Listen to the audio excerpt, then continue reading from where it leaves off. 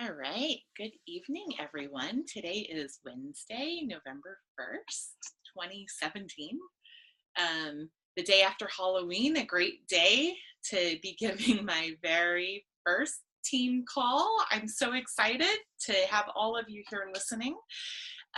Tonight, I'm going to be talking about consistency. I think that everyone knows what consistency is. And I think that everyone has an idea of how to apply it in their lives.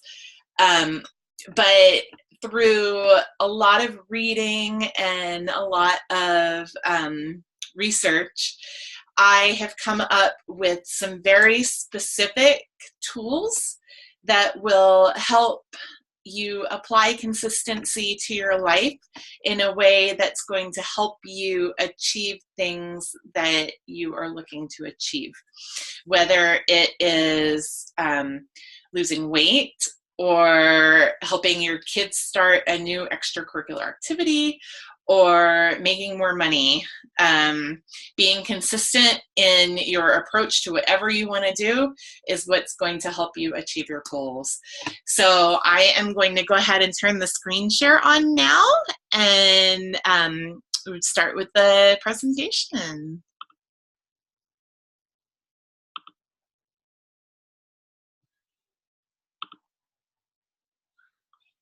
All right. Here we go. So I called this Discovering Consistency, what it really means to follow your dreams. Because when I think, well, in my own experience, when I was little and I thought about following my dreams, I totally pictured the fairy wand and fairy dust and just having to sit there and imagine what I wanted the future to be like, and somehow it would all mysteriously appear that way. Let's see. Just want to make sure that I have you because I'm not seeing you. So,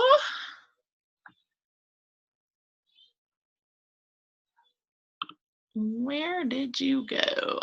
Okay, great. I do have you. Okay, so I found this quote when I was doing a little bit of research for tonight. It says, "My name is consistency. I am related to success. We should hang out more than every once in a while." And to me, this quote just really hit home that consistency and success go hand in hand. You can't have one without the other. If you're not consistent, you're not going to be successful. And if you're successful, you've definitely been consistent. So, one more quote for you. "You will never change your life until you change something that you do daily. The secret of your success is found in your daily routine." And that's a quote by Jeff Olson. He wrote the book, The Slight Edge.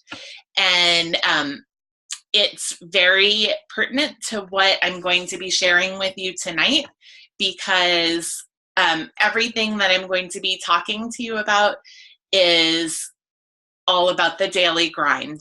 It's nothing flashy or out of the ordinary. It's actually all about what you do from day to day to day. That's going to make the difference for you and whether or not you see success. Okay, so here is the bulk of this presentation tonight: how to plan for consistency. The very first one I have up here is develop a morning routine. And I read a lot. I actually don't read at all. I listen to books on tape in my car. I have a 38-mile commute one way to work. And I listen when I'm on my way to work. I also listen in the shower in the morning. That gives me another 10 minutes of listening. And so I go through a lot of material, and everyone who's ever written anything on how to be successful talks about their morning routine. And anyone who has seen success has some kind of daily morning routine.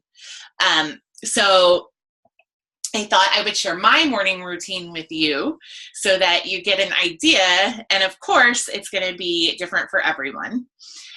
So I set my alarm typically about 2.5 hours before my first event for the day. When I get up, first of all, I put my alarm in the bathroom. I don't put it anywhere near my bed. Because if it's in arm's reach, I will turn it off and go back to sleep. So I put it in the bathroom, and I have to get up and walk all the way across my bedroom to go turn it off. And I turn off my alarm, and I grab my workout clothes, and I grab my phone, and I head downstairs. And then I set my workout clothes and my phone down. Oh my goodness. I'm going to turn my phone on silent.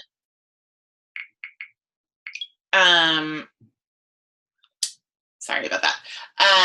So I set my workout clothes and my phone on one of the benches at the kitchen table, and then I go into the kitchen.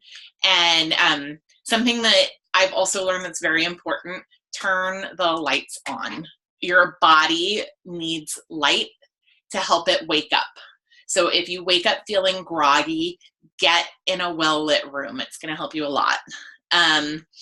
Then I make my breakfast, I make my coffee, and I sit down. And this is actually the time of the day where I take out my online banking, and I sit down and I balance all of my books. If I have any checks or anything that I've received from students or other people paying me, I make sure to get those signed and entered in Snap Deposit. I don't even know how to work Snapchat, guys. And then when I'm finished breakfast, and I've also had at this point 16 ounces of water already. So I've had an 8-ounce cup of coffee and 16 ounces of water and breakfast. When I finish that, I go directly into the bathroom and change into my workout clothes and put my hair back somehow. And then I head to the living room, and I go with my computer and my water, another 16-ounce glass, and my phone, and I do my workout. So after the workout's done, then I've been doing a live series on Facebook about learning how to do a back walkover. I do my live video and go through that process. And then the next thing I do is I have my after workout recovery meal. And as I like to call it, my after workout coffee. It's my second 8-ounce cup of coffee. And after that, I don't have any more coffee for the day. I've actually managed to cut that out. So that is pretty much my morning routine. And then after the workout meal and the coffee, the day kind of progresses from there. But that is it for my morning. That happens every morning. So then the next thing on how to plan for consistency, it says get rid of your to-do list. And I thought that this was just the neatest concept. I read a book by Kevin Kruse called, sorry, I'm going to look it up real quick because I'm not remembering the name all of a sudden. 15 Secrets Successful People Know About Time Management. Again, that's Kevin Kruse. 15 Secrets Successful People Know About Time Management. And what he says in there is that successful people, and he did many, many, many interviews of people who have achieved success in all different areas of life, from school-age kids all the way through multimillionaires. And what he found is that people who are successful do not keep a to-do list. They immediately put anything that they have to do on their calendar at a specific time to get it done. And since I have begun doing that, it's completely revolutionized my life. I feel so much more organized, so much less stressed, and there's no question about whether or not I'm going to get to something that was on my mysterious to-do list. It's now on my calendar, and it has its time, and it's definitely going to get done if it needs to get done. So the next one, make your calendar your best friend. I spend time each day. Sometimes I do it in the morning after I do my finances. Sometimes I do it in the evening after I put the kids to bed. I really don't have a set time for it, but I definitely make time each day to schedule out my day for the next day, or I guess for later that day. And I wanted to show you, I have two different journals here, and I'm working on figuring out how to incorporate both of them. I hope you can see me. Let's see. You go back this way and see if you can see it. Okay, there we go. So this one's called the Push Journal. It is, there we go again. It is Chalene Johnson's journal. And what I really am enjoying about this one is that, and I'm starting to erase everything in here so that I can start from the beginning again. She actually gives you slots from 4 o'clock in the morning all the way through midnight to be able to plan your day. So it's really the only pen and paper journal that I've seen that gives you that many slots for planning. She also asks you to write down 3 10-minute tasks that will propel you forward in whatever you are trying to achieve. And then she gives you a notes place there. The other neat thing about this one is that it's not done by the calendar. It's just day one. So then it's up to you to put the date, and I'm going to start writing the day of the week across here. So that's the Push Journal. And then the other one that I love is the Erin Condren Planner. Hopefully you can see this one. Let me get back to, there we go. That's what mine looks like, and I'm going to open it up for you.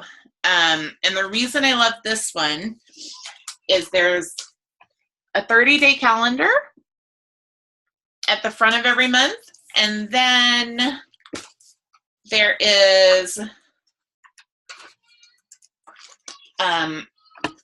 I chose to order it this way. It's broken down by the hour for each day of the week. And this is important for me. And I should say it has more place to write. I can actually break it down by 30 minutes. It has more place to write than the Push Journal does as far as dividing up your time, which is really helpful for me during the day, especially when I'm trying to schedule students or like the boys' activities. So that is the other one. So Chalene's Smart Life Push Journal and Erin Condren's, I think she calls it a life planner. Okay, so then the last thing that I have on here is use a 365, 90, 30, 3 approach. And what I mean by that is start with the biggest picture. Look a year ahead. Make sure that you have all of the big things planned in your planner for the entire year. And when I say big things, I mean all of the major holidays. Make sure that you know that they're coming up. I used to be really bad. It would be like, oh, today is Thanksgiving. How about that? Wonder how that happened. So when you have things in your calendar that are marked like that, or for example, with my music studio, my students give 2 recitals a year, and I know now that the spring recital is going to be sometime in April. So I'm looking at my April calendar and making sure that everything is placed accordingly. So you start with the biggest picture first, and then you look 90 days ahead, which is about 3 months. And you can use this for scheduling, and you can also do it for creating goals. In 3 months' time, what are you looking to accomplish? And are there major things that you need to put in your calendar that need to happen before you put other things in your calendar? Like all of the small tasks in your day, sometimes we can get so caught up doing all of the unimportant things. You know, you're running around your house and you're like, oh, I need to vacuum up that mess, and oh, I need to clean the sink in the bathroom, and oh, I need to, and you're just putting out fires and you're not actually getting important stuff done. So then you focus in even more and look at just the month ahead. And again, make sure that all of the big things are marked in your calendar first. So for example, this month, kind of a crossover between October and November. This week is probably the busiest week of my year. And on top of that, I was recovering from an emergency room visit. But with my students' recital on Sunday, and I have a board meeting on Friday that I have to get a lot of work done for. And the kids have had 2 different doctor's appointments, the eye doctor and the dentist, and then rehearsals for my students for their recital. It's just been crazy. So when you look at your month, you put in things like that, and you can take a look and see, okay, the first week of the month is going to be pretty easy. So maybe I should schedule more of like the housekeeping type stuff in the first week. And then the second week of the month is going to be a little busier. In the third week, all hell breaks loose. So you want to kind of approach your month like that. And then the last number, I am not done. Please go back out. Okay. Thank you. The last number, the 3 days. So this is where you're just looking 3 days ahead. And this really helps me, This really helps me do meal planning. It helps me stay on top of the kids' schedules. Because I am a homeschooling mom, I can look and see, okay, in 3 days, we need to make sure that we do our reading at least 2 of those days, right? Things like that. So you're looking 3 days ahead and making sure that you use your time optimally for the next 3 days. And then, of course, I didn't put this number on here because to me, it's just obvious. Then you plan your day.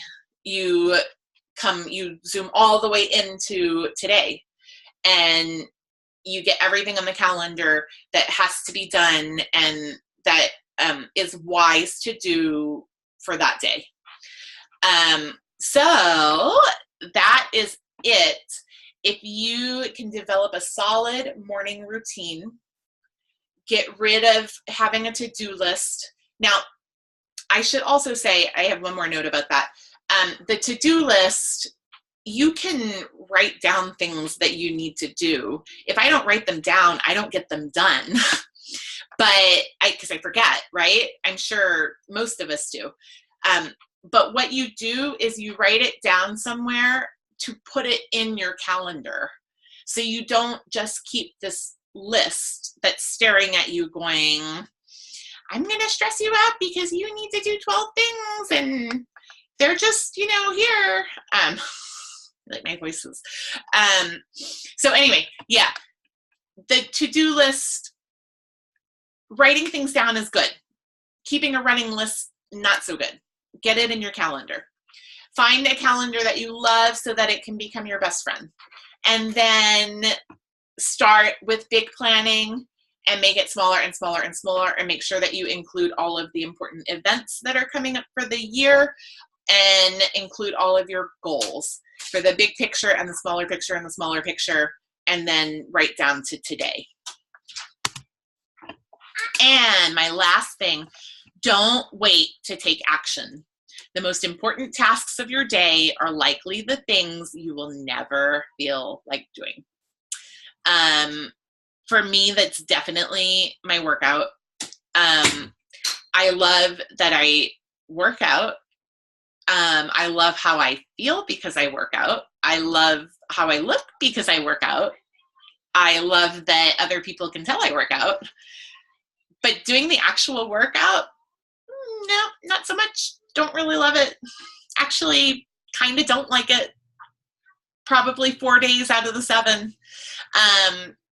And it's like that with a lot of the things that have to get done on a daily basis to create consistency in my life, and also propel me towards achieving and success. So that is everything. And I have one more slide for you. This is one of my favorite quotes by Gandhi. It says, "Your beliefs become your thoughts become your words become your actions become your habits become your values, and your values become your destiny." And again, that was Gandhi. And then on the other side, I put, "Believe in yourself, live enchanted, love unequivocally, become who you were meant to be." Okay, that is all for the slides. And I'm going to go ahead and stop that now. So guys, again, I'm Stephanie Barrett. I hope that you enjoyed the presentation, and definitely reach out if you have any questions or want references for more books. I love talking about the books. And I will see you all next week on Wednesday at 6 p.m. Have a wonderful evening.